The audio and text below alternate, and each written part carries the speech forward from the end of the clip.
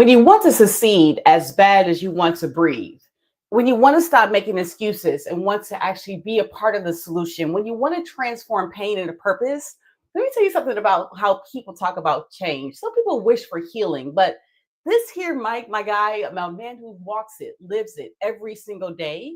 I'm honored to bring him on this live virtual conversation here. As back in November 2023, working with Smith Counseling Centers, I met a warrior. I met a man who has not let his past define him. Pain as a power and just having helping healing every single day. One thing I know about Mike for sure is facing everything and recovering his fears, committing to be the best version of himself one day at a time. He gives me those constant reminders every time.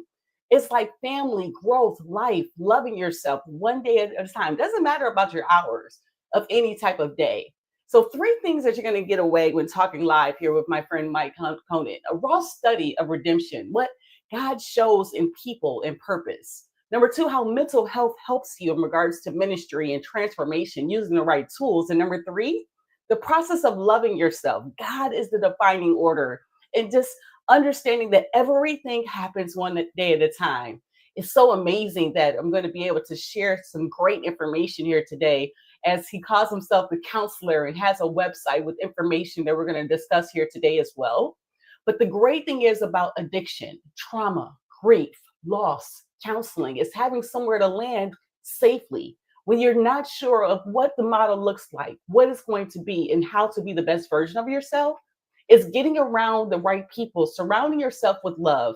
And I know one thing, God has done that for me, because maintenance and balance, facing everything and failing forward, being the best version of Adrienne Mays, my friend Mike has helped me to be able to say that. So from prison to purpose, Mike on faith, forgiveness, and mental health. Let me bring my friend Mike in here today. Oh my gosh, Mike, get in here, my friend. What up, though, Michael? Thank you so much for taking some time here on this virtual live conversation with Adrienne Mays. First off, I want to truly thank you for your time to be a part of this process for me. My 46 virtual lives for my birthday. So I do want to start by telling you thank you, my friend. Oh, my pleasure, Adrienne. Thank you for having me on. And it's so much, and we're going to jump into so much here as well. And just in regards to your story in general, one of the reasons, Mike, I asked you to come on to, and I respect you so much, is you let your story not define you, but it actually helps other people. So if you could give us just a little idea, a little bit about your background and how you're here in 2025, growing and building on who you are. Well, I use my story as fuel for growth. And it's not an easy story, and some people they struggle with it because it's not easy. But long story short, I was abused for 3 years outside the home when I was very young, and did not get the help I need. So I developed a horrible anger issue. I struggled making friends, and really struggled in school, just paying attention in class, getting the grades I wanted and needed that my family expected of me. But I didn't take accountability for that. I didn't take responsibility for that. And I blamed everybody else. And so when I was 15 years old, I shot and killed somebody. And there's my what I went through when I was younger is no excuse for what I did, but it kind of helps you understand it and explains maybe why I did it. And so I shot and killed someone. I was arrested, charged with first-degree murder as an adult under a new law in Michigan. And so I didn't go through the juvenile court system. Usually you would be waived through the juvenile court system to adult court, but not in my case. I was arrested, charged with first-degree murder as an adult, and then put in Oakland County Jail in solitary confinement for the next 3.5 years because at the time, I don't know about now, at the time, juveniles had to be kept separate from the adults. And that's why I was in solitary. And so it was during that time, my family and I fought the case and eventually got to the point where they offered me a plea deal because we had done a lot of taken on a lot of legal issues and spent a lot of time in court. So took a plea to second-degree murder with numbers, which was very difficult at the time. But as a result, I did not go to trial. And I will say this, I was the only one, what happened was my responsibility. There was no one else involved. And so I had to take responsibility for that, which it's never easy taking responsibility for something when there are consequences like going to prison potentially for the rest of your life. But I want to back up just a little bit. When I got arrested, I had one of the deputies tell me, like, very early on, I was 15 years old, and he said, you're going to die in prison, right? Because being charged with first-degree murder carries an automatic natural life sentence, which means you die in prison. And I don't remember what day it was, but I just remember making myself two promises. And I said, one, I'm not going to die in prison. I don't know how I'm going to do it, but I'm not going to die in prison. Two, I don't know how I'm going to do it, but I'm going to make something good come out of this, because it was a very horrible situation. And so that was the commitment I made to myself and to everyone else who I had adversely affected. And that's how it began. And so 3.5 years later, I took the plea, went to prison, and that's where I did a lot of my work. So when you say you did a lot of your work, when you speak a little bit about how you actually did that work, and it had to start with your mindset. And I know it had to, in forgiving yourself. What did that work look like to, go through that pain and being confined like an adult as a child? How did you actually help your mindset to get, where you are? I mean, that's, you did the work. It's a good question. It's a good question. And so while I was in the county jail, the priest that baptized me started to come see me once a week. And at one point he had been a teacher. And so he started bringing in like classic literature books and just, different things and kind of working with me. And while I was in the county jail, I also had to work on my high school diploma. And I mentioned earlier that I really, really struggled in school. I cannot stress that enough. So I had to learn to love to learn, but I also had to understand that I learned differently. And so that priest and the teacher really worked with me. And so my grades started to turn around, and I started doing much better in school and actually understanding it. Having that time in the county jail, I was reading like 2 books a day. There was nothing else to do. There was a TV, but as we all know, there's really never anything on TV worth watching. And so I spent a lot of my time reading and learning. And when I wasn't reading and learning, I was reflecting. And because when I was younger, I had a really good memory, I could reflect back on a lot of the conversations I had had, a lot of the things I had done. And I was able to look back and say, wow, maybe I should handle that differently. And so that learning to learn, learning to love to learn, and that self-reflection were huge, because then when I got to prison, I was able to enhance that and amplify that. So when I got to prison, because I had been studying for my high school diploma, they said, well, we're just going to give you the GED and see how you do. Okay. And I was like, okay, great. And took it and did really well. I did so well, in fact, one of the teachers said, hey, you should think about going to college, which was mind-blowing for me, because as I mentioned in the book, I just grew up and with my grades, I was told, you'll never ever go to college. So for someone to finally be telling me that I'd be able to go to college, that was huge. And fortunately, my family was able to pay for it, because back then, it was not just for any prisoner, you had to pay for it. And so I applied, I got accepted, and started doing college classes. So that was huge for me. And I was later on able to take what I was learning and use it to help other prisoners. I initially wanted to be in the business program. And unfortunately, at the time, they did not offer a business program. So they stuck me in a social sciences program. And so I was learning, psychology, sociology, how do you deal with people, that sort of thing. Plus, combined with, the prison psychology of learning how to get along with really tough people. It proved to be very, very insightful. Right. I bet. And ironically, getting the GED when I did because I got it in what's called quarantine. Quarantine is the period of the first 30 to 60 days when you go to the Michigan Department of Corrections. And they would do all sorts. They would do psychological testing. They would do academic testing. They would review your case, how much time you had, because they were looking at, one, what are your parole requirements going to be, what you have to do in order to obtain a parole. And two, they want to look at your security classification and where they're going to place you. And it just so happened I got placed at the very prison where I was doing my quarantine. So I remember when I was released from quarantine, because I had gone to back then what was the juvenile quarantine. Even though I was an adult, it was anyone under 21 went to this quarantine. And then afterwards you were sent to the full-fledged prison that was attached there. And so I remember walking across the yard with my little, duffel bag full of state issued clothing. And I walked through the unit door, and there's like 5 or 6 guys waiting for me. And you hear the stories, everybody's, heard the stories, seen movies, seen it on TV, whatever. And I'm like, oh crap, this is where it begins. And one of the guys says, hey, are you the new guy? I was like, yeah. And he said, we heard you got your GED. I said, yeah. And they said, would you tutor us? Because we all need to get our GED as a parole requirement. And a lot of us in the unit need to get our GED in order to qualify for parole. So I was like, okay.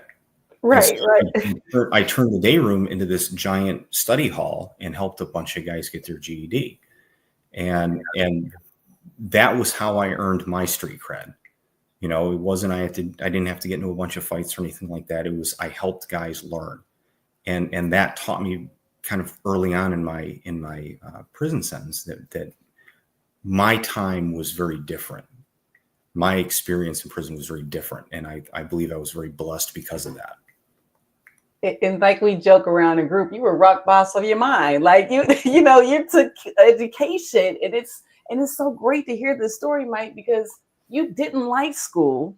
And then you started reading 2 books a day. And then actually education gave you the weapon that some people needed to actually get to their next level. How transformative was that for you, even bringing this story to Smith Counseling Services when we connect? We've never met face to face. That's the crazy part. We've been virtual since November of 2023. So how did you take this powerful journey that you had and applied it into impacting people like myself and other people that kind of walk through your life? Seriously. It's part of my healing process. Mm-hmm. As I said way back when the deputy told me that I was going to die in prison, and I said, I'm going to make something good come out of it. It's part of my healing process. So I practice what I call living atonement.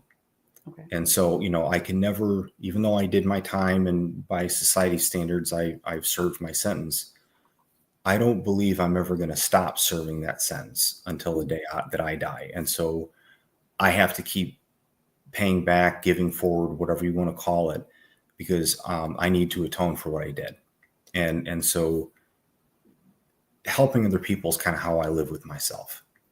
And it enables me to take something that was horrible and turn it into something good. And that's a lot of what I do in counseling and in therapy is, I have people come and they bring the worst things that have ever happened to them and the worst things they've ever done.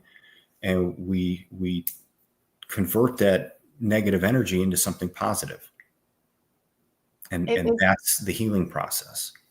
So tell me this, and I hate that I didn't get the book before today live, but you wrote a book, and in regards to this book, tell me kind of where the insight came to write the book, and as well as the workbook that you have as well. Where did that inspiration come from? Did it start when you were in jail, or when you got out, or did you always want to be a book writer? Or for a very, very long time, I wanted to write a book. So I have an uncle by marriage whose grandfather was an author back at the early 1900s. His name was James Hendricks. He was kind of like a Jack London, wrote a lot of like outdoorsy type books. And so my uncle used to take me with him on vacation because their son was my age, and so we'd have a playmate. And so that's just, I remember being at that house, and his grandfather was already deceased, but it was still in the family, and just seeing all the cool stuff there. Like there was a dog sled and just all these different really cool things. And I was like, wow, this is what an author is. And so that left an impression on me.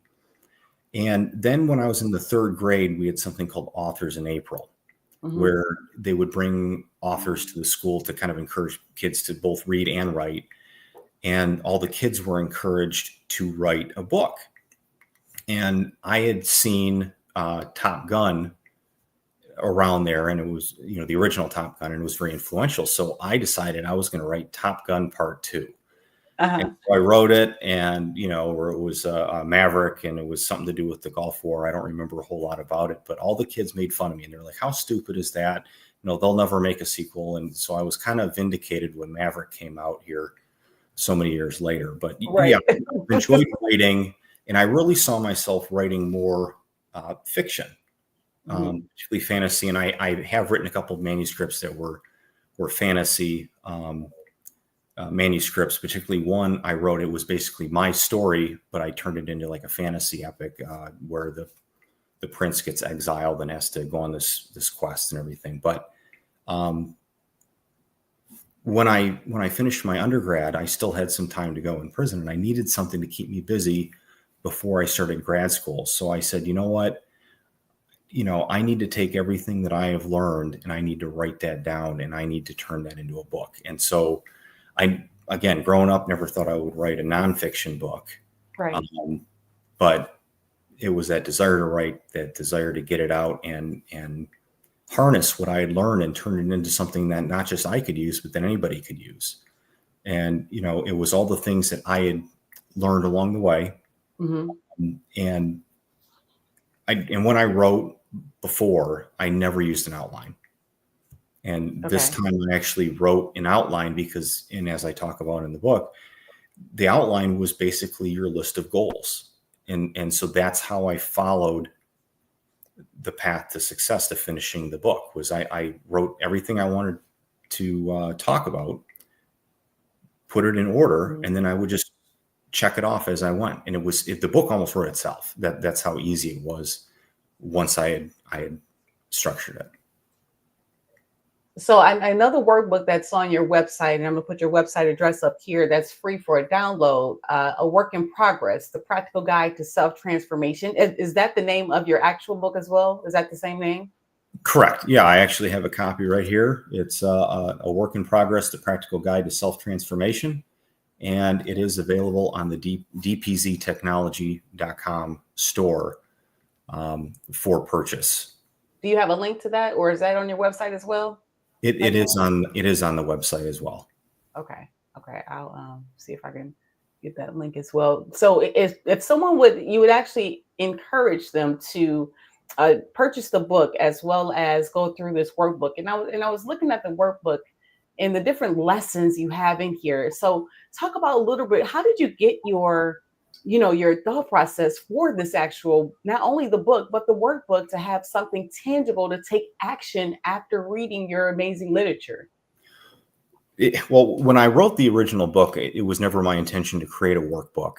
Okay. But I had so many people read it and then say like, hey, I wish there was a workbook. Like they wanted more, and they didn't want a sequel. They wanted something that would really kind of flesh it out, that they could immerse themselves in. And so that's where creating the workbook, I was able to put the exercises in there and that people could use. I even had someone say like, I wish you could create a children's book for this, because every kid should know a lot of this stuff. And, to date, I have not figured out how I turn a prison sentence into a children's book.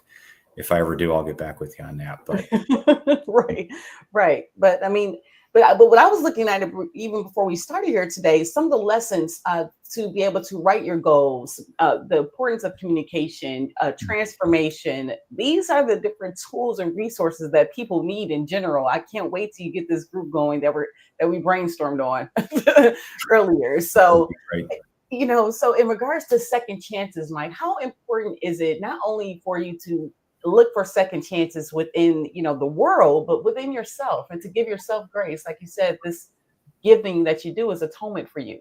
Mhm. How important is second chances in just your journey and period? I think, second chances are very important because at some point, I think everybody is in need of a second chance. Yes. Maybe not in the way that I was, but we all make mistakes. Mhm. We're all human. And so when we make mistakes, we have to somehow take responsibility for it and make up for it and be able to move forward in a positive manner. When you don't take responsibility for it, uh, you do yourself a disservice and the people around you a disservice because you're not using that mistake to learn a lesson. I remember one of the gentlemen that used to come in for church services when I was housed in Adrian. He always said, and he was in his 80s, and he always said, I learned more from my mistakes, or I learned more from my failures and mistakes than I have from any of my successes or victories. And I remember being, much younger. I was in my 20s at that point. And I was like, I'm not seeing it. How does one do that? When in reality, I was doing it and just didn't realize it, is because I was learning more from what I had done wrong. And so it wasn't until later on that I started to relate to that. And I appreciated it a lot more. So, But so, so tell me this: do you consider, just the things that's happened in your life? Do you consider that being a failure, or do you actually look at that as a setback, as a setup to what God had in store for you? I think it would have been a failure if I allowed my life to be defined by it. Mhm. If I had done what I did and then just said, okay, well, I'm a bad person and I give up. But I didn't. And I joke with a friend of mine. He always says, Mike, you're a good man. And I say, no, I'm not a good man, but I'm trying very hard to be one. And so again, failure, I think, is when someone does something wrong and they give up and they don't try to learn from it. But with second chances, I think we also need to realize that we all have potential. And that's what I love about my job as a therapist Mhm. is I can have someone walk through my office door and I can see potential. And the more I work with them, the more I get to know them, the more potential I get to see. And I talk about this in the book that, everybody has potential. Right. Not everybody realizes they have potential. And a lot of people don't set about actualizing or maximizing that potential. And so they walk around and they never become all that they could be. And that's why I love challenging people, challenging clients, and sometimes just anybody, the guys in my men's group. What does the best version of yourself look like? And Adrian, the look I'll get on people's faces when I ask them that question, you can tell nobody's ever asked them that before. And they've Mm. never even considered, what does the best version of myself look like? And that's not original. I didn't come up with that phrase. I've heard a lot of people use it, but I think it's something that people need to that's a concept that people need to get familiar with, because I know where I was at. I never would have been the best version of myself, dwelling in my anger and dwelling in my blaming everyone else. That I had in the business, we call it an external locus of control. I Mhm. blamed everybody else but myself. I had to develop what's called an internal locus of control, which is where I believe that stuff happens to me, but I control what I do with it. So after everything that has happened in your life, what does the best version of Mike look like? If I can ask that question back to you, like I know you weren't ready for that one, but but that's No, so important. Like what does it look like? it's a very important question. It's a very valid question, because it's like the more I discover, or the more I think I get closer to the goal, the more I discover. Hmm. And so I don't know if I'll ever actually know what the best version of myself looks like. But I know that in striving for that goal, I get closer to actually becoming that than if I never asked myself that question in the first place. It's like if you set the bar higher than what you think you can achieve, you usually achieve a little bit more. So do you happen to have, something that you work towards? People call it a why, a purpose. Like in regards to how life is given to you, you can't control some things, but do you have a why that keeps you going, that incites you to be able to help you get started every day and close out every night? What you're asking reminds me a lot of one of my mentors. used to quote a famous person. I don't remember who it was, but they said that life is 10% what happens to you, 90% what you do with it. Mm. And so my why, again, goes back to that living atonement. I want to make up for what I did by using that to help other people and amplify my transformation in that way. I believe that if everybody got close to becoming the best version of themselves, then we may get close to experiencing heaven on earth. I mean, imagine if everybody lived up to their full potential and used it for good, because I think that there are some people in this life, there are a lot of people who have used their potential, their enormous potential for very, very bad things. And we only need to look in history and we can see a lot of those people.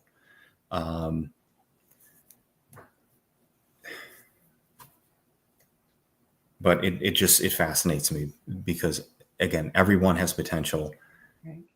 but few people realize it, let alone actualize and maximize it. How can I ask you, how in regards to fear? What I've found is even if you have fear of failure, fear of success, Mhm. people have fear. And just kind of the unknown is fearful in itself, right? We have no control of what tomorrow looks like. What are some tactics that you've used, Mike, that has helped you to tackle fear head on and to be able to kind of get through each day to be the best version of yourself? Good question, Adrian. Good question, because I believe that I used to allow fear to rule my life, and not to say that I'm totally without fear now. I think a certain level of fear can be healthy because it can be motivating. But I would say that the greatest tactic that I use for overcoming fear is I don't procrastinate, Mm. because too often people will allow that fear to have them push it off and not do it and not tackle the little thing, and then it may become a bigger thing, or they allow their fear to grow so they'll catastrophize. That's a big thing I see when clients come in, is they will catastrophize. They will imagine the worst case scenarios Mhm. for some things. And the story of Chicken Little, I was walking down the street one day and got hit in the head with an acorn and thought the sky was falling, and it really wasn't. And so part of my work is I have to help clients decatastrophize and kind of get back, what is most likely to happen, what is probable, not some grandiose thing, but fear feeds into anxiety, which is another debilitating negative emotion that people struggle with. So I believe that by not procrastinating, I don't allow that anxiety to creep in. And I used to be a big procrastinator. And it takes action to do so, right? But I am interested in this question. I'm going to ask: how did you end up with Richard Smith walking in the doors of Smith Counseling Centers? And because you guys are such like a good team, like it's like walking into seeing the Boston Celtics. You got Larry Bird and you have Kevin Parrish, or you got Kareem. I can go back to the Lakers with the Kareem Abdul-Jabbar, with the Irvin Magic Johnson. It's like with the mental health. And it is so weird because usually typically men don't have a problem with theory. It's mostly men in our group, like in most of the times, right? So Mhm. how did you find Smith Counseling? How did you get started with Richard Smith and moving forward with the Smith Counseling Centers? Well, that's a great story, Adrian. And I didn't find Smith Counseling. Smith Counseling found me. Mm. So, coming out of prison, initially, there was one university, and I'm not going to mention its name, that I really wanted to go to. I was, for years, as I was working in my undergrad, and I was like, when I get out and I go to grad school, which I did start grad school on the inside, and I just transferred my credits. But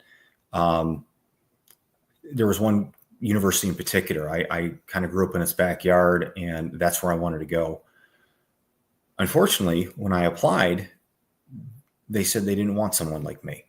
And so Mm. that was very shocking, coming from the academic world, which was usually pretty inclusive, pretty open, that they wanted to take anyone as long as you're willing to learn. But I was shocked by that. And fortunately for me, when I was housed in Adrian, Michigan, I took advantage of a class that was taught in the prison Mhm. by Siena Heights University, and wonderful class. And I kept in touch with the professor. She really loved my writing and actually asked me to write a couple things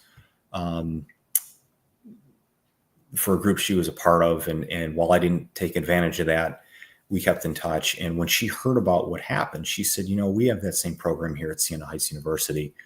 Why don't you come here?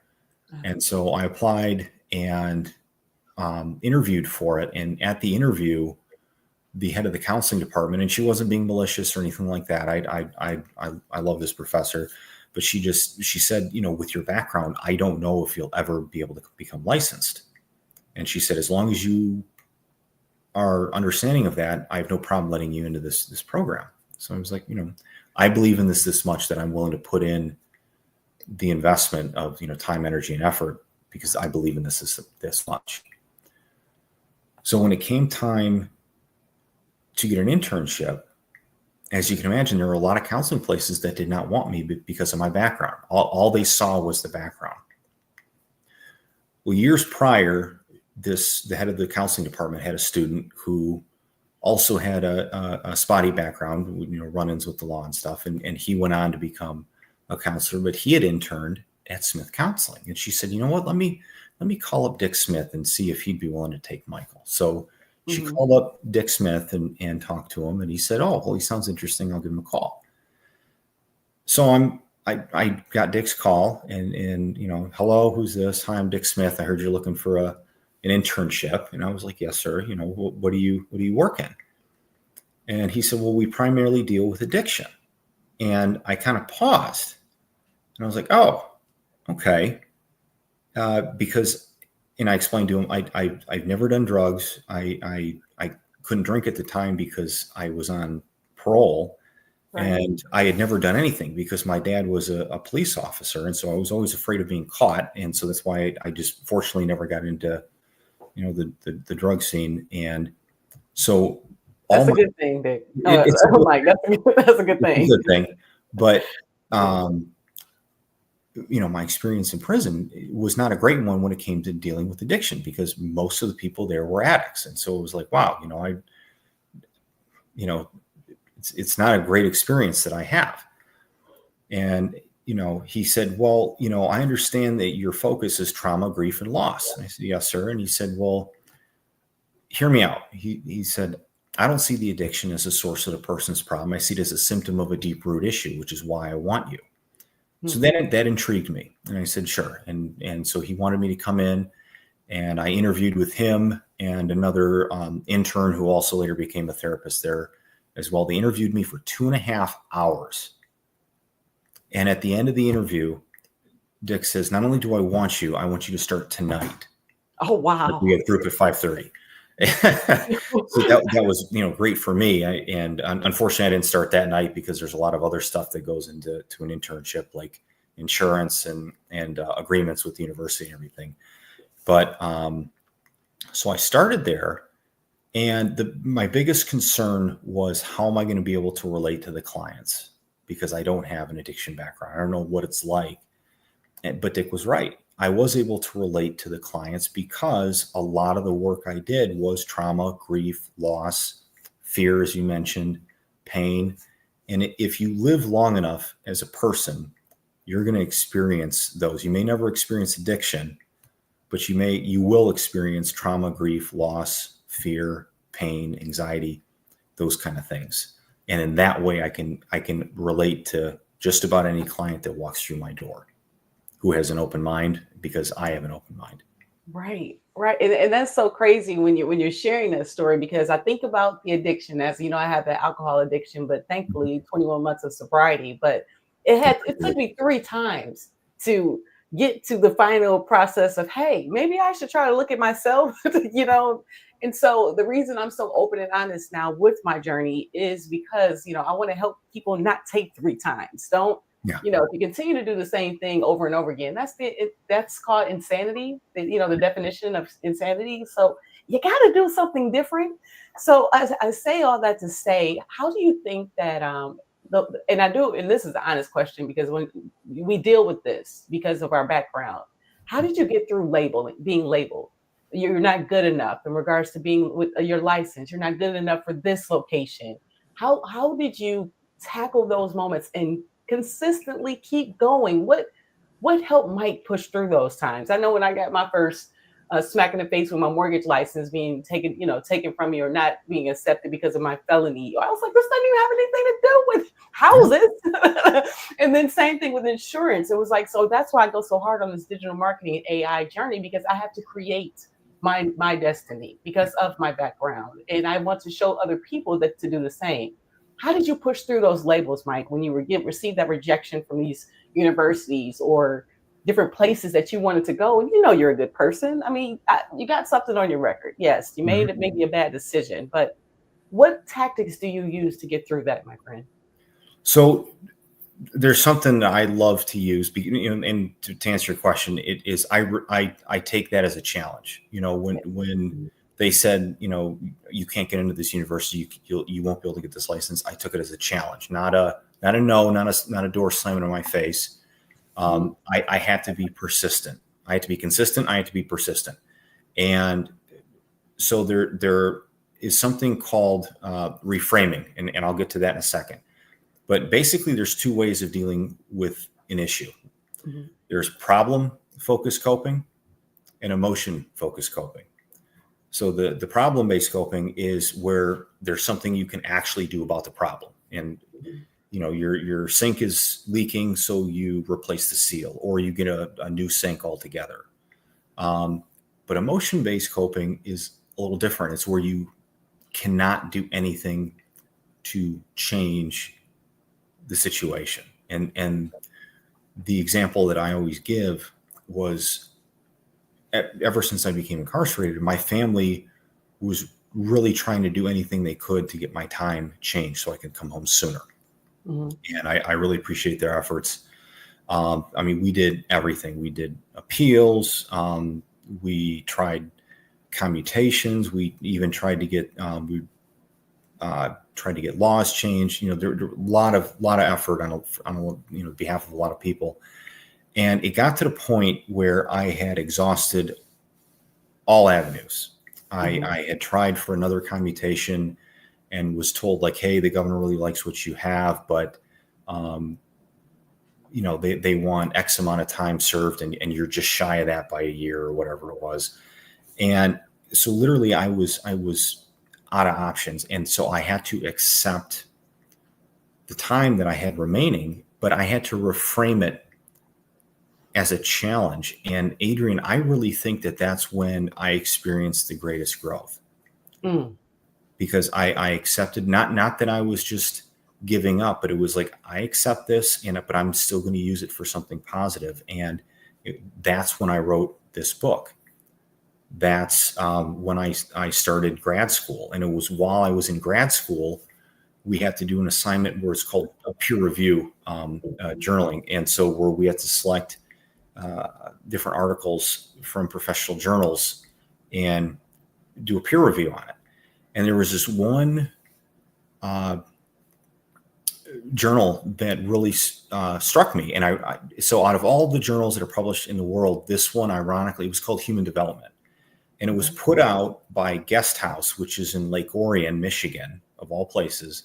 And it is in addiction rehab exclusively for Catholic clergy. Mm. And so I wrote an article and I submitted it, and they accepted it. And so I'm still in prison, and I published an article in a professional journal. So again, these are things that I probably wouldn't have done if I had been released sooner. And so Mm. reframing and that emotion-based coping is where you can't do anything about the scenario except change your mindset, change your attitude, change your perception and your perspective on whatever it is that you're facing. And How, so how how big does community and family play into that too, with that reframing that you're speaking on and having the right culture around you? How important does that actually play into that end result of just kind of being positive and accepting as a challenge? I believe it's huge. Mhm. That whole proverb of it takes a village, but not to discourage someone who maybe doesn't have a support group. That doesn't mean you can't go it alone. And I knew a lot of guys on the inside who they had burned all their bridges, and they didn't have anybody. They never even got mail, anything. And so, but I did see some of those men turn their lives around and do it themselves. So, definitely having, family, friends, support system helps, because they can and will be so encouraging for you. They will help you develop insight. And probably one of the greatest things that I had to learn to accept was that I can't do everything myself. And so I actually had to learn when to ask for help. And there's a difference between asking for help and just having someone else do it for you. I don't like asking for help unless it's something I can't do myself, or I don't know how to do, or I'm physically incapable of doing it. And that's something that I had to learn. I think that was very humbling for me, because there were a lot of things I couldn't do. I could not have done my undergrad if it wasn't for my parents, particularly my mom, because my mom would have to, call the university, and because everything back then was snail mail. Right. Now everybody can get their degree online, where, they take an exam, they get an instantaneous feedback on what their result was. I usually had to wait like 6 weeks to find out how I did on an exam. Oh my gosh. And I, that, you want to talk about, practicing patience. Yeah, that was tough to do. But yeah, no man is an island entirely unto himself. And I was literally going to ask, like, how did you do that? Yeah, like, how did you practice patience? Like, in regards to the waiting process in between doing, like, Mike, your story is more and more amazing as I keep listening. Like seriously, how did you have the armor to, to say that I've done this, I've done a job well done, and still be able to kind of wait patiently to be judged, because that's what actually, grading a test and everything else is. What type of tools or resources did you use to be able to get through those moments? Well, I didn't always have those tools and resources, and that's why a lot of times I will relate healing and therapy to a quest, because a lot of times on quests, especially if you follow anybody's ever heard of the Joseph Campbell's Hero of a Thousand Faces, the hero's journey, most people start off and they're by themselves. They don't know what to do. And so it's kind of like learning from those mistakes, and you stumble along and you find out what works, what doesn't work, talking to people. And so, yeah, my first couple of classes, they were rough, Adrian. And I remember one of them was a math class. And to this day, I still struggle with math. And I always struggled with math, but the professor was so encouraging. I mean, I passed that class by the skin of my teeth. I got the worst grade I ever got in college in that class, but he sent me a very encouraging letter and was like, "Hey, don't give up." And things got better after that. And so what I actually found is that the more classes I took, the easier it was to get through it, because, I couldn't wait around and just twiddle my thumbs while I waited 6 weeks to get the exam. As soon as I was done with one exam, I would have to start on a lesson for another class. And so that's one of the things we use for people struggling with addiction is delay, distract, de-stress, decatastrophize. And so while I didn't label it as such back then, when I heard that whole the 4 Ds, as we call it, the delay, distract, de-stress, decatastrophize, I was practicing those. Say them again for me. Delay, distract. You give me dimes. I try to write it down. Delay, distract. Yeah, 4 Ds: delay, distract, de-stress, and decatastrophize.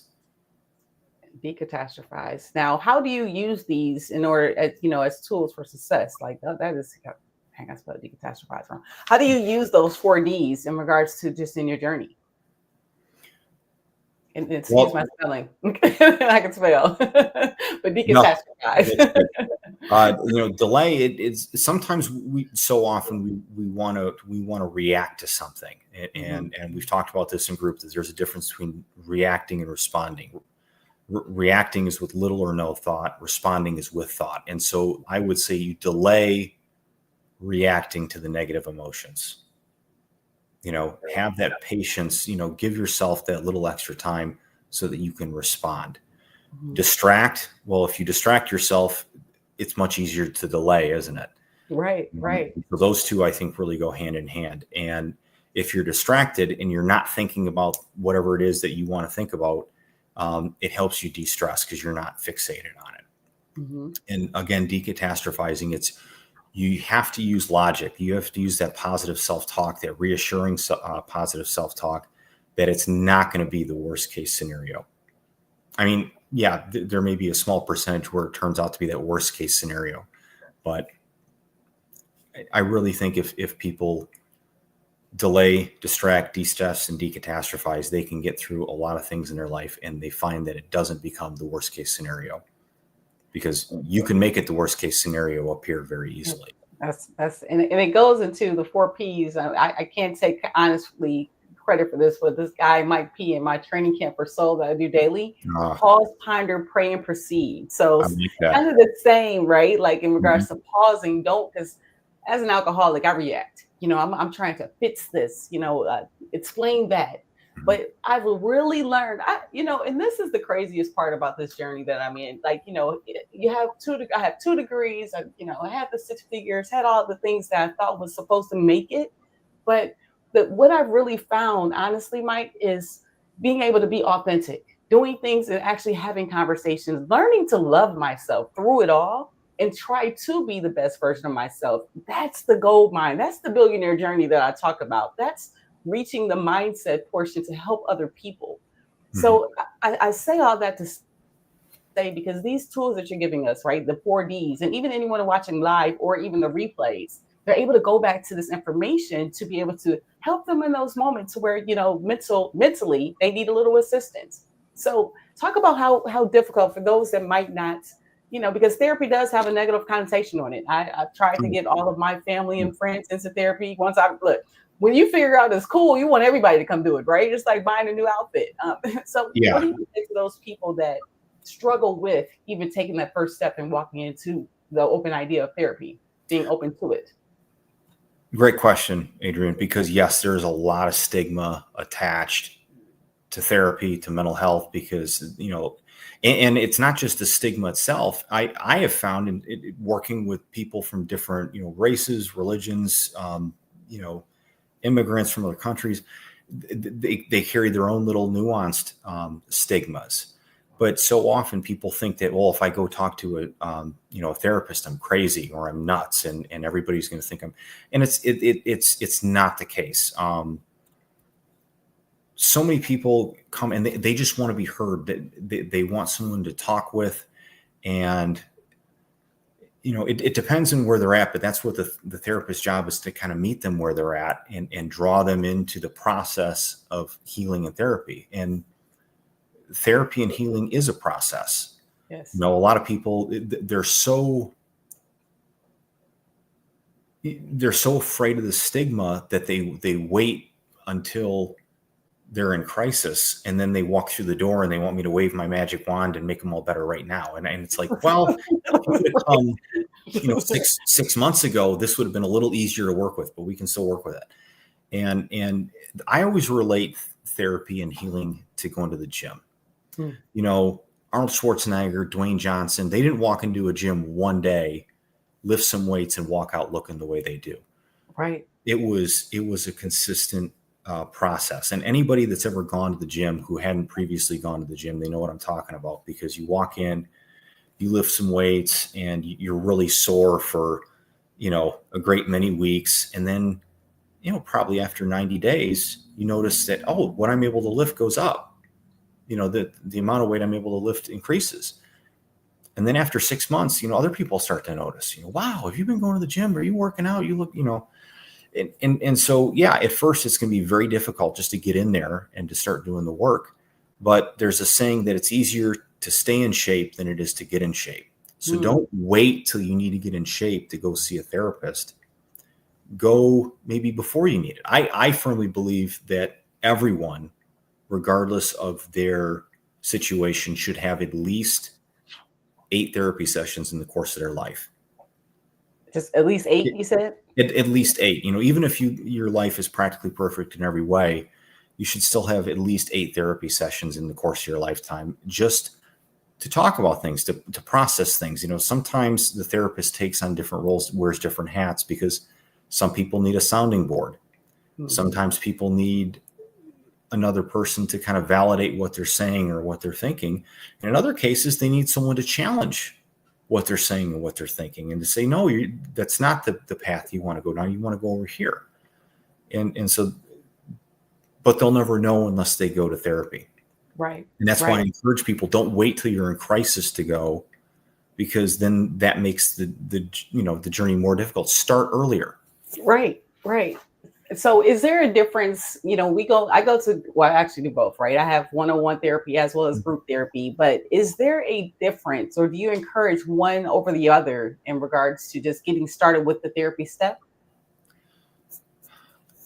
I think it depends on where people are at. And I know I work with some psychologists in community mental health, and they're fantastic. And I'll actually, when I do the intake on the client, I'll say, that's the person you want to go to, because that's better for their situation. If people need that medication management, then they should go to a psychiatrist. Counselors are very versatile.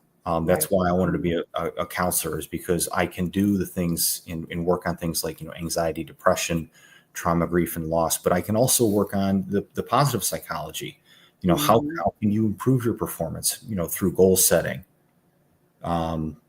positive self-talk, and not just fix the things that need to be healed. How can we improve your performance? How can we enhance your being? I love working on that with clients. And so they'll come in and we'll work on the trauma, and we'll get them to where they want to be, but then they'll stick around, and because they're like, hey, I really like this. I want to keep going. I want to become better. And I love doing that kind of work as well. The work that you do is God sent, because like I said, I've been in and out of the rooms for years, but now finally taking it seriously. Let me just say that. But one thing I can't do is make someone else either forgive you for the things that I've done, or, because again, it starts with forgiving yourself. I know we talk about a lot in group, train people how to treat you. How important are those words? Because again, you've been labeled, you've done wrong. There's some things that, you've been sent, and you actually maybe even did your sentence, but you're still getting ridiculed or labeled or hated on for, just for life in certain people's eyes.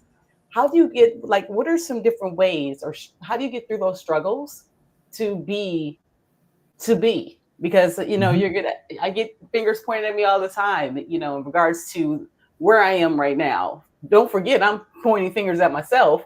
So, those different tactics, like, how is a person not as strong as you and I? Because I know I have a certain level of strength that I'm thankful for, to be able to keep going and to even try things like therapy and different tools, my friend. Well, when it comes to forgiveness, as you can imagine, when I committed my crime, nobody liked me. I mean, it's and I'm. You said nobody liked you, Mike. No, nobody liked me, because and with rightfully so. I did a very horrible thing, and I'm not going to try to hide from that. I'm going to. Right. I took one class at U of M Dearborn, and the professor says, whatever it is, you have to own it. Right. And that really resonated with me. But I had to own it, and first and foremost, I had to focus on changing myself, because if I'm out trying to change everybody's opinion of me, that's going to be hit or miss. But if I change myself, who knows how many other people's opinion I'm going to change. And again, when I started on this journey, I didn't have a plan. I just a lot of it I had to figure out on my own. That's why the book is a beautiful thing, is you don't have to go through the journey that I went through to get the wisdom from it. Right. So I focused on changing myself. Mm-hmm. And there were some people that believed, kill them all, let God sort them out. They had no use for someone who broke the law, and they just wanted nothing to do with me. But a big thing, and I talk about it in the book, was people that I had a relationship with, that even though they weren't happy with me, I got into the habit of sending out birthday cards, Christmas cards, anniversary cards, thinking of you cards, condolences cards when they lost someone, a get well card if they had a surgery or a serious medical issue. And, I wasn't trying to change their opinion. I just wanted them to know that I was thinking of them and praying for them and hoping the best for them. Okay. And I was absolutely shocked at that wasn't my intention, to change their opinion when I started doing it. I genuinely wanted them to know, that I was empathizing with them or wishing them well and praying for them. And I was absolutely shocked one day when I happened to be talking to my dad, and he's like, "Hey, you'll never guess who asked about you." And when he told me, I was like, "Wow!" They were, at the beginning of this, they were, literally said, "Kill them all, let God sort them out."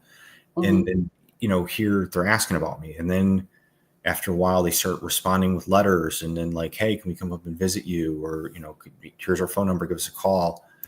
And so a lot of the other convicts made fun of me because I used to send out like over 60 Christmas cards a year. And it would take a lot for me to sit down and hand address all the envelopes and everything. But I really wanted people in my life to know that I was thinking of them. And that did so much to help me rebuild my relationships. But again, none of that would have done anything if I hadn't focused on changing myself first. And I think, the cards and everything was an extension of that. So going back to what you were saying, a person shouldn't try to just focus on changing everybody else's opinion. They should focus on changing themselves, because I think that alone will do more to change other people's opinions than anybody else. And you know what? There are some people who I could try for the rest of my life and I'll never change their opinion of me. And, it's unfortunate, but I have to respect that because, in either I hurt them directly or indirectly, or they've been hurt by someone else. And it, as a result, they struggle to forgive or to withhold judgment. So, as I learned first day of grad school, when I was at Siena Heights, hurt people hurt people.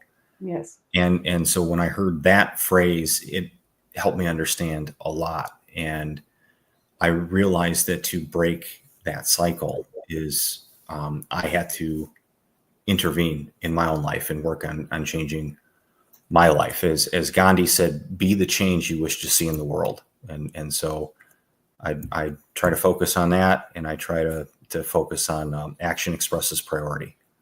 So I think that's why working on yourself tells other people what you're really about. And real quick story on that, Adrian, if I can. The prosecutor for another big high profile juvenile case that was going on at the same time as mine, just a bizarre twist of fate. I happen to befriend their husband at church, and as a result of being friends with her husband, I met her, and she was ultra skeptical of me because I was still on parole at the time, but she saw what I was doing, and I think that helped her understand. And as a result, at one point, she said, "Hey, when you go to apply for your license, if you need a character reference letter, you give me a call." Wow. And I did, and she wrote a letter on my behalf, and a very, very powerful letter. So again, I'm very grateful for that, and I appreciate her and the many, many people that have helped me on my journey. I could go on for days talking about it.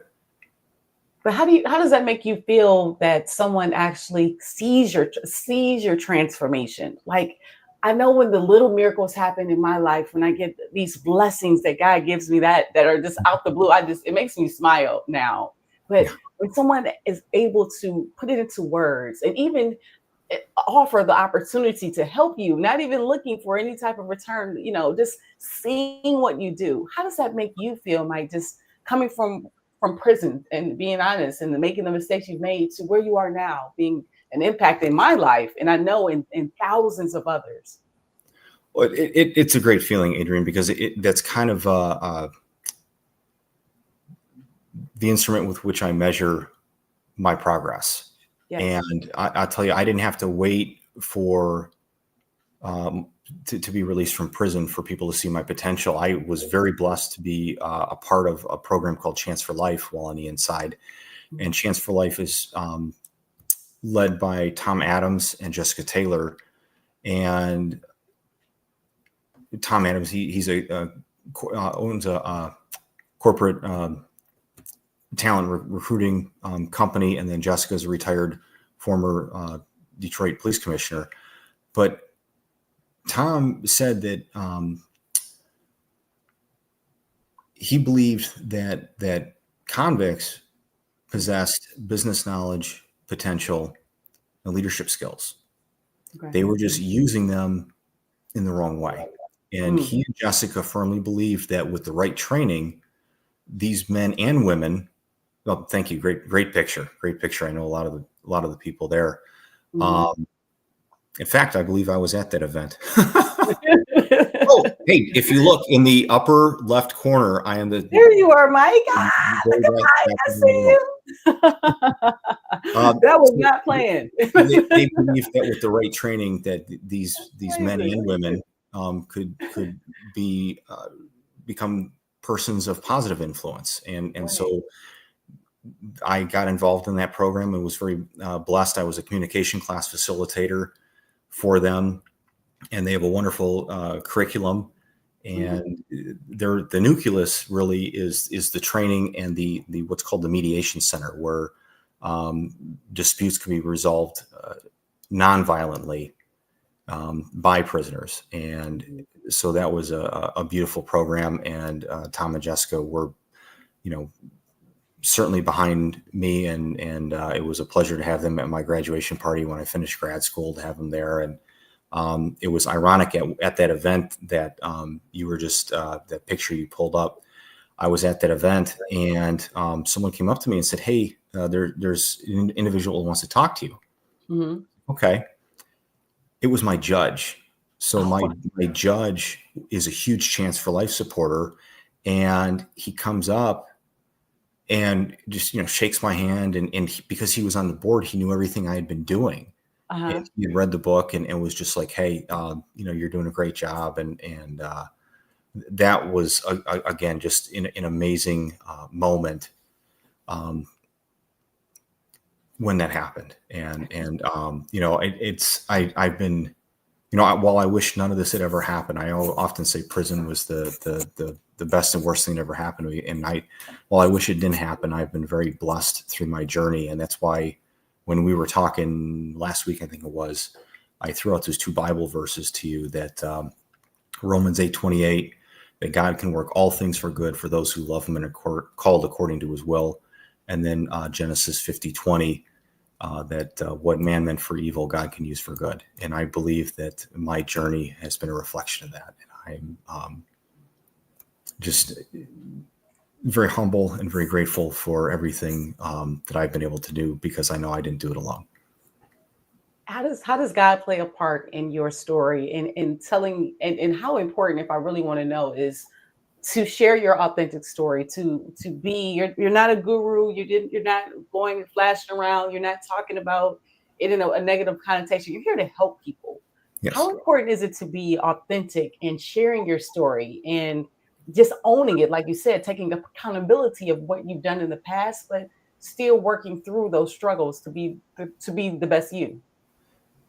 It is. I believe that my story makes me a more effective therapist, but it's not always appropriate. And I know in the profession that self-disclosure is usually discouraged. So it's not like I run around telling every client that I meet my background, because in many cases it's not relevant to what the work that we're doing. I know you've been fortunate enough to hear it in groups, because it has come up and it has been used as a learning tool. Right. So I think it makes me more relatable that I am human, and that I learned from experience. While I was very blessed to have a great education, a lot of what I learned did not just come from books. And so that makes me authentic. And ironically, the guys in my men's group at my church, they jokingly call me the purple squirrel with pink polka dots, because apparently that is a business term referring to someone who is very uniquely qualified for a position based on their experience and background. And so as a therapist, apparently I am a purple squirrel with pink polka dots, because it'd be hard to search the world and find someone, I think, that has gone through what I've gone through and then possesses a license by the state of Michigan to be a professional counselor. And again, I feel very blessed that I'm able to use that experience to help other people, which again goes back to that second of the two promises I made to myself way back when. And I believe I owe it to my victim, all the people that I hurt, to try to, while I can't undo what I did, I want to use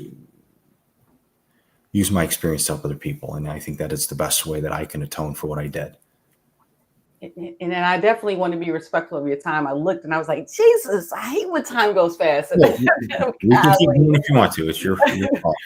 Yeah, so I'm definitely going to let you get back to your evening, but I want to definitely do the top 8. But before you even jump into that, Mike, I want to thank you for just being open and honest and authentic here in this opportunity. Because even if someone isn't watching this live, watching the replay and being able to just have someone that they can relate with. How many years did you do in prison, if I can ask?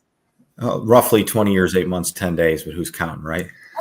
Yeah, somewhere in there. Okay. So with that being, like a little more than half of your life, or maybe not even, because I know you're real. When I was released, I had actually spent more of my life in prison than I had as a free person, because I was released when I was 36. So do you think prison is a solution to help? Did it help you, like in regards to rehabilitation, or do you think most of it came from the work that you did? I mean, we could be here all day with that one, right? But it's a complex question, because I did a lot of my work in there. Yes. Do I think it's the solution to all the problems? No. However, I know that this has been a topic in a lot of the groups I've been a part of. I'm not in favor of mass release. There are some people that are there that deserve to be there and need to stay there. Right. I have family and friends out here and loved ones. I don't want to see those people from the inside get to, the people I care about. The way I look at it is prison provides you an opportunity, and you have to take that opportunity. There's a Chinese proverb that says, teachers merely open the door, but you must enter yourself. And I think prison is a teacher. There's a whole, Nelson Mandela wrote this wonderful essay on the cell. And the cell can be a very powerful teaching tool. I mean, look at my solitary confinement. That forced me to reflect on what I needed to change. And it forced me to have to learn what I needed to learn. And so while it was a terrible experience, I would never want anybody else to go through solitary confinement, but it was a very powerful tool. Right. So I think prison is what you make of it. And people need to make the right choices when they go in. And, I was faced with some, very, very negative things. I mean, I related that story to you when I walked through the door of the housing unit and those 6 guys were there. I imagined the worst. And did the worst happen? No. So if I had started swinging before they started talking, we probably wouldn't be talking today, because my story would have been very different. But that was a very pivotal point in my life when I walked through that door and they said, hey, would you tutor us? And again, the power of education in an environment like that. So I think prison provides an opportunity. And after everything that you've been through, would you change would you change anything about your life where you would be right now? Like, would you change any? That's I'm gonna leave it right there. Well, anything in your life? Again, that's a very complex question, because I wish what had happened had not happened. That person did not deserve to lose their life. Their family did not deserve to suffer the way they did. And everybody else that was adversely impacted did not deserve all of that. So if I could change that, yes. So if I could change that, yes, absolutely, I would.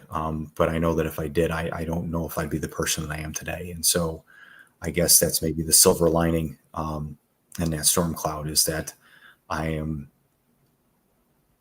trying to live two lives. Right. One for the life that I took, and the other for the life that I was given back. And that's why I practice that living atonement. And that's fair. And you're living it in everything. I'm telling you, I'm so blessed to have you within my journey within these 21 months of being back into group, because you've been there since I've been there. And I just truly am thankful, Mike. And like I said, hopefully this is just the beginning, because I'm not going anywhere. Now I've realized I need group for the rest of my life. So I'm going to have that incorporated within my nucleus one way or another. I'm going to be a part of that solution. So I want to do something fun in regards to the top 8 before we actually sign off here this evening. So if you actually could eat or be a superhero, if you could be any superhero in the world, mine is Flash. I'm a part of a sorority called Delta Sigma Theta Sorority Incorporated. So Flash is mine. What superhero would you be and why? Okay. So I'm a huge Captain America fan, but it's not for the reason that people think. I know both my grandfathers were in World War II, so I love studying World War II history. And some people would even say that I have the morals and values of a World War II vet. But Captain America is who I would be. And the reason I would want to be Captain America is because he always knows the right thing to do. And, in the line of work I'm in, and in just the situations I have faced, it's not always easy to see what the right decision is. Right. And that's why I would want to be Captain America, is because he makes doing the right thing look easy. I love it. I haven't gotten Captain America. I've gotten Superman, Batman. That's okay. Okay, I like it. Good one, Mike. Okay. So the next question I have for you: if you can eat any food in the world, now it doesn't matter about weight or doesn't matter anything like that. Mine used to be watermelon, but I think after my conversation yesterday, I'm going to change that, because there's a lot of sugar in watermelon. So I'm going to have to make some adjustments in my life. And so I thought weight wasn't an issue. That's not the issue, but I don't want to die from sugar. Like, what I'm saying? It throws me off of my healthy lifestyle. So that's why I had sugar watermelon instead of lasagna, because lasagna used to be it, right? So lasagna. But I went to Italy and it threw me off from lasagna. So I'm just, food for me is just like, you just got to eat it. You know what I mean? So, but if you have a food for you that you can eat anywhere, at any time, what would it be? All the time? I guess I would go with pizza, just because you can change it up with the toppings. But also, I think you can eat pizza alone, or you can eat pizza with, people you care about. And it can like a lot of foods, it can bring people together. But pizza is kind of that, where everybody can let their guard down and kind of dig in, use their hands, that sort of thing. And so it's great when you have just, friends that get together to play cards or a game or whatever. It's, let's get a pizza. It's easy. And it just, I think it's a people food. Are you a Buddy's Pizza fan, or do you have a certain pizza brand that, I was trying to remember our friend in group that has a pizza place. I'm trying to remember. Benito's. Benito's. So Benito's is very good. They got that 24-inch pizza, which is the biggest I've ever seen. But right. I would say, so ironically, Buddy's Pizza has a Conat's pizza, which it's named after the Conat Street in Detroit, which is a distant relative of mine. It's with the second N. My last name, the second N got dropped by a closer relative. But so that, Buddy's is good, but I like Green Lantern the best. The Green Lantern? Oh, I haven't had the Green Lantern. Commercial-wise. Commercial-wise. Yeah, I would say that's the best. Okay. The Green Lantern pizza. Okay. And that's in Detroit. And I would go, if I had to go with Detroit brand, I would have to go with Shields. Because Shields I love Shields pizza. It's definitely, we're not considering weight on that pizza at all. So, and tell me, Mike, where are you from? Where do you call home now?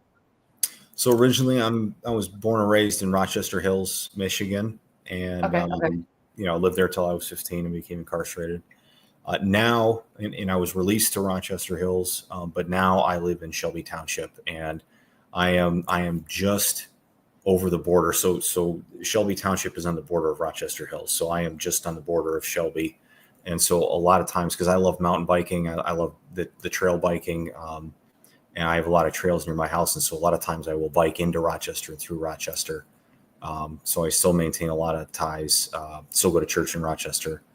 Okay. I love Rochester. So I'm a Detroiter. What up, though? So born and raised, and that's where my that's where my home is, downtown Detroit, Michigan, as we speak. But and so, in regards to travel, if what was your favorite place you've traveled to, and why? For myself, it's Toronto. When my cousin played professional basketball for the Raptors, the culture, the Toronto is amazing. I've been a lot of places, but the culture, I love people.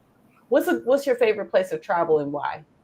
Okay. Well, unfortunately, because of my background, I have not been able to travel, do a whole lot of traveling. I was to the Bahamas once. I've been to Canada a couple times. Those are the only times I've ever been outside of the U.S. Um, Consistently, I love going up to northern Michigan. Okay. Today I just came back from Petoskey, had a Mhm. fantastic time up there. Did some biking, some boating, had a great time. So I love spending, particularly my summers up in northern Michigan. And my grandparents lived in Gaylord when I was a kid, so like Okay. going there. My parents live in Traverse City now, so like going up there. Love it. I enjoy Florida because I have a lot of family in Florida in various Mhm. areas, so I enjoy that. But I had the pleasure of doing a couple Ironman triathlons, and so I did one in Frankfort, Michigan last year, which was amazing, and I also got to do the one in Chattanooga twice, Chattanooga, Tennessee, and Chattanooga was a really really great place. I want to go back there. You know, beautiful scenery with the mountains. They had the National Medal of Honor Museum, and the aquarium was incredible. So You brought up something that I'm smiling about, and you shouldn't have brought it up. The Iron Man. Tell me really quickly about that, because when I first found out what you doing that, I was like, "Oh my gosh, you're doing the triathlon." Can you yeah, just tell people what the tri? I mean, like I'm an athlete, and when I heard about it, I had to look it up when you told me you were doing this. But can you just kind of tell people real quick what the triathlon, what the Iron Man is? yes. So my cousins got me intrigued in the Ironman, and they started doing it, and it's uh, a full Ironman is a 2.4 mile swim, um, a 112-mile bike ride, and a 26.2 mile marathon. And Chattanooga happens to be the longest in the world. It's actually a 116-mile bike ride. Mm-hmm. But the reason I got intrigued by that, because they started doing those while I was incarcerated, and so my aunt would send me a lot of literature on it, and I was reading about it. And the therapist nerd in me was reading that people that participate in the Ironman tend to be more successful than the average person because they know how to set and achieve long-term goals. So it was really more the psychological aspect of it that intrigued me. Mm. And ironically, even though I've participated in the Chattanooga Ironman, I never completed it. The first year I finished the swim, finished the bike. I was 5.2 miles from the end of the race. Uh-huh. And throughout the race, you have to meet certain checkpoints by certain times, or they pull you out of the race. It's called a mortality rate. And so I got pulled from the race with 5.2 miles left to go Oh. because I had missed the final checkpoint by 5 minutes and 19 seconds. And so Oh, Mike. that was a very bitter pill to swallow. So, you know me, I'm not one to back down from a challenge. So I trained, and mind you, that year I had double hernia surgery and I tore my plantar fascia as well. So I was struggling with that, but I trained, and the next year I went, and the same thing happened. I got Mm. pulled because of a time thing, but the important thing was I didn't quit, Right. and so that was kind of how I was able to deal with it, is because I didn't quit. They had to pull me out of the race. I mean, I was doing the kind of zombie limp shuffle, you know. They're not pulling me out of the race. They're not pulling me out of the race, but Right, I'm not quitting. I'm not quitting. I'm going to make them pull me. So, uh, right. they pulled me because of a time issue again. And so my cousin suggested that I do one of the what's we call her a half Ironman, or the Ironman 70.3. And so I did the Michigan Ironman up in Frankfurt, and Okay. I successfully completed it. It was a beautiful, um, journey, loved it, and I'm glad that my parents and my girlfriend were there to see me finish.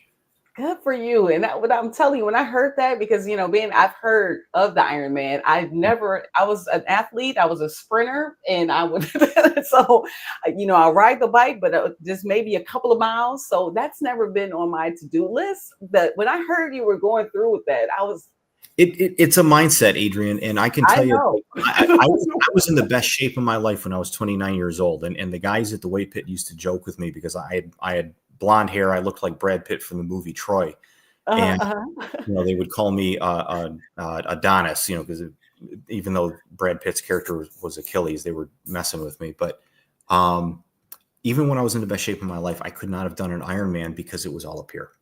I Mhm. mean, yes, you have to have the physical training and all that Yes, stuff, but in the best shape of my life, I was telling myself I couldn't do it because, well, I can't, bike 112 miles. I can't swim 2.4 miles. I can't run a marathon. And so it was all up here. right. And so once you open yourself up to, you can run a marathon. Yes. You train for it. And so too many people, that's where the fear comes in and the doubt is, too often we set the limits. Yes. And that's something we have to be careful not to do. And that's where, when you become the best version of yourself, you kind of enjoy knocking those limits out of the way, those barriers, those obstacles. That's how I feel every day, Mike. I feel like I'm just fighting through them and just charging forward. It feels so great. And so my next question is there a day or a time of year or a season? For mine now is my sobriety date, which is November 20th, 2023. It's the holiday of also my cousin's birthday that passed away, but it's also the day of rebirth for myself. Peeling back that old Adrian Mays. I loved her. She was amazing, but she is dead. And this new Adrian Mays that has is just getting to know herself. Only 21 months. I'm just getting my wobble on. I'm not even to, the terrible twos yet. I'm not even there yet. So I am just living this new life and just owning who I am. And so November 20th, 2023 is my new day. It used to be like the Thanksgiving for my foundation and giving, which I still love to give. I'm giving in a different way now. So do you have a day or a date or a time of year that just kind of helps you and stands out? I'm gonna say two. I hate to cheat, but I'm gonna Give me say I love the Christmas season. I ever since I was a little kid, I love Christmas music. And What's your favorite Christmas song, Mike? What's your favorite Christmas song? Oh Holy Night. Oh, that's a good song. I like it. Okay. Okay. But I love Christmas just because the whole idea of you know that's where the story of redemption starts. Mm. Yes. And I love just the idea of obviously the religious symbology, but also the fact that people are usually more generous and giving and kinder. And I a lot of times, in fact, in that article in Human Development, I related myself to Ebenezer Scrooge, but Mm. it just took me a lot longer than the one night to change. And Right. so I love that idea. I love the giving, the get, the everything about Christmas. But then also I love the summer because I that's when I spend a lot of time up north and outside. I love being outdoors and biking, being on the water, that sort of thing. So I love that time of year as well. I love it. I love it. Okay. So now last couple of questions for you. Now in regards to a book or because I know you did 2 books a day or you did a lot of reading. Do you have a book or a movie that helps out with mindset that you actually refer? And what mine for me is Robert Kiyosaki. As you know, I'm on the billionaire journey. And Mhm. so just we never were taught how money works, financial education, and literally the power of leverage. So that's kind of been, that Rich Dad Poor Dad series is Robert, that's my book. Do you have a book or a movie that stands out for you? Not necessarily a movie. Mhm, mhm. I mean, I love Lord of the Rings. Again, I go back to the idea of the quest Okay. um, for healing and therapy. I would say a book that, other than the Bible and other than the Count of Monte Cristo, um, because that priest that was coming to visit me in solitary gave me that book to read, and so he was kind of my Abe Faria while I was Uh-huh. incarcerated. And if anybody's ever not read that book, I would encourage it, because what fascinated me about that book was that when Edmond Dantes got out of prison, the true treasure was not the gold It was the education he had received from Ave Maria, and so that's the way I related to it. But a book that in terms of mindset that had a huge influence on me, I would have to say, is Napoleon Hill's Think and Grow Rich, because he's not necessarily just talking about physical monetary wealth. He's talking about, Yes. I think, the things that just enrich our lives. Yes. And the biggest thing, I'm not worth a lot of money. I'm okay with that. But I think relationally and spiritually, I feel very wealthy, and I'm very grateful for that. And so I do reference Think and Grow Rich in my book. Okay, I like it. That's a good one. Napoleon Hill. Mhm. That's an amazing book. I like that was a good that was a good one. Now I do a one word wall, meaning if you could actually describe yourself, your brand, who Mike is in one word. My word is resilient. What's the one word that you would actually describe yourself and your brand and why? I'm gonna put you on the one word wall. Because thanking you to be here, part of my whole process. Okay. Yeah, I would. You already took resilient. We can share. I would go with redemption, and not in the spiritual sense, Okay. because in the Okay. spiritual sense, none of us can be redeemed Mhm. without outside intervention. But redemption, in that, that's where people need to have that hope that they can improve their lives and turn their life around. That's why I wanted to talk about my book being a work in progress, the practical guide to self-transformation, because you have to put the work in. And Mhm. Mhm. so I guess that's where I want to use that word redemption.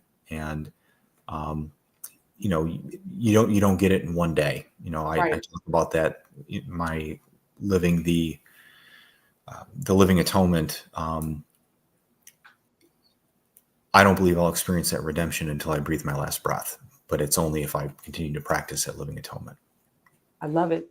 I love it. Now, if I could touch the younger Mike on the shoulder, if you could touch the younger Mike on the shoulder and give him some words of advice, but because you've lived all the experience, what would you share? What advice would you provide for him to kind of start his journey and actually have him listen to it? Because we don't listen. Ooh, So yeah, getting him to listen to that would be a tough one. right, right. Um, I would probably tell him, one, to acknowledge that that you need help, that you need to talk about it, and that it's okay to ask for that help. It's okay to not know what to do, so that's why you ask for the help, and to reach out and talk about what you're going through. I believe that it was that anger and that fear and that anxiety. I was far more isolated than I realized. There's something that I call mental incarceration. I was physically incarcerated, Mhm. but there's something that I refer to as mental incarceration. And so that's faulty thought processes, incongruent beliefs, skewed perceptions, maladaptive behaviors, and toxic relationships that keep us trapped in a self-defeating cycle. I was mentally incarcerated long before I ever became physically incarcerated. Mm. And so I would tell myself, if I could go back, I would tell myself to ask for help, because without help, I would never be able to find those keys. That's it. That's it. That's it. And tell me before we close, why should people actually invest in your book? I tried to bring it up, the link, but why should people read your book as well as go through your workbook as the practical guide to self transformation? Kind of, share what makes your book different and stand out in regards to kind of helping with change. One, it's easy to read, and I wrote Mhm. it that way. I didn't want to write something that was so uh, difficult to read that nobody would get through it. I wanted it to be a tool that people can use and put in their toolbox, in their tool belt. And it may not be the end all be all self-help book, but again, I wrote it because if someone woke up tomorrow and wanted to change their life, that is the blueprint that they could use. And you owe it to yourself to start on that journey. Ask yourself, what does the best version of myself look like? And then how do I get there? That's amazing, my friend. So, is there anything that you want to leave people with? As we end, because again, I want to thank you, as 46 is a transformative year for me in regards to this birthday gift that God has provided, just with these random acts of kindness, the live virtual conversations. And Mike, you sharing with the over an hour of your time here for me, it's something I will truly cherish, not just for the rest of my life. And that's the kind of birthday, like I used to travel every time for my birthday. Well, you see, I haven't been able to do that in 3 years.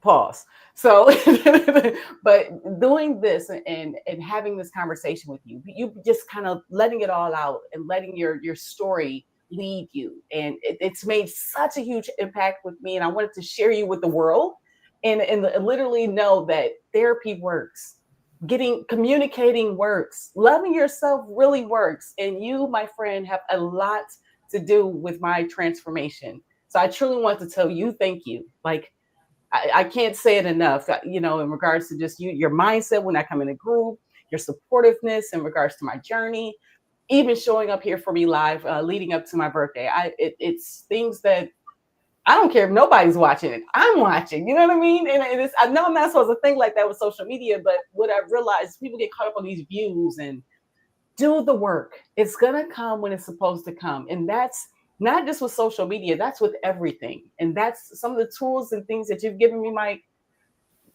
being the best version of myself. I'm telling you, you brainwashed that into me. I say it like I came up with it. Like, so I want to really tell you thank you. And we don't know the reason why that we have to go through the things we go through, but you being here within my journey for the last 21 months, my friend, I am truly blessed. And I couldn't have it any other way. I know that I asked that question earlier. Would you change anything in regards to your life? And I toyed with it at times, well, because I had some really good times in my life, but I and I really had some down ones too, but I wouldn't change anything at all, because I wouldn't be here with you. We wouldn't be able to do this work that God has us here. And it's a reason. I don't know why. I hate some of the things I've done, but I love, and I'm exactly where I'm supposed to be, perfectly imperfect here. And I say that to you as well. So I give you that long thank you, because I truly want you to feel my words and hear that this person in Detroit, Michigan, Shelby, Detroit, you're stuck with me for life, bro. Well, you're very welcome, Adrian. It's my pleasure. And, thank you for all that you do, because, I know that you are a huge contributor to group, and you get out of therapy what you put into it. And that's where you have, jumped in and really immersed yourself in it. And you are an example of what someone can get out of therapy and healing if they put in the work. And I wasn't always like this. That's the one thing No. that I have to be clear. Like I used to show up and just get the checkbox, make sure I go to therapy, you just do it. But doing the work means honestly taking action every day. And I'm honest with myself now. I love myself more. And if people don't like it, guess what? I said it last week, but I won't say it live. Not my problem. so, so again, Mike, I want to thank you. Hold on, I want to just wrap up, and I want to get the testimonial from you. So just hold off for me. I'm going to take you off and do my wrap up. But thank you so much for being a part of my story, my journey, and my 46th birthday, my friend. You're very welcome. Again, it was my pleasure. Thank you for having me on, and wishing you a very happy birthday. And I'm glad that you are using this opportunity to celebrate life by giving back. As they say, it's better to give than to receive. And I think you are exemplifying that. Thank you, my Adrian. friend. Thank you. Thank you. Come on, my guy, Mike. Oh, that was so amazing. I couldn't write this in a book. Like, I couldn't come up with this. I just love that he chose me for the journey. I'm just being honest.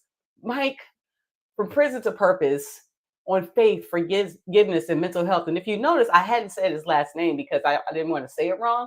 Like, I had the N on there, the Michael Conat, right? Wait, let me bring him back on real quick. Hold on 1 second. Mike, how do you say your last name? How do you say your last name, right? Because I didn't say it purposely, because I messed it up before.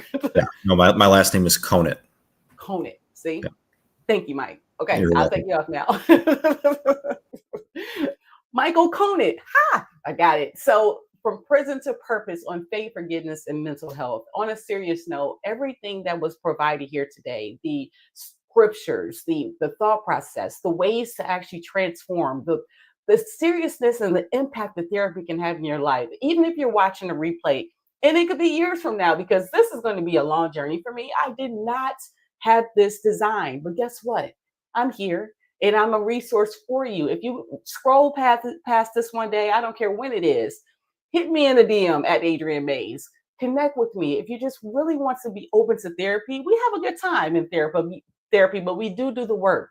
And the key thing about doing the work, you might end up there because of police situations or something unideal.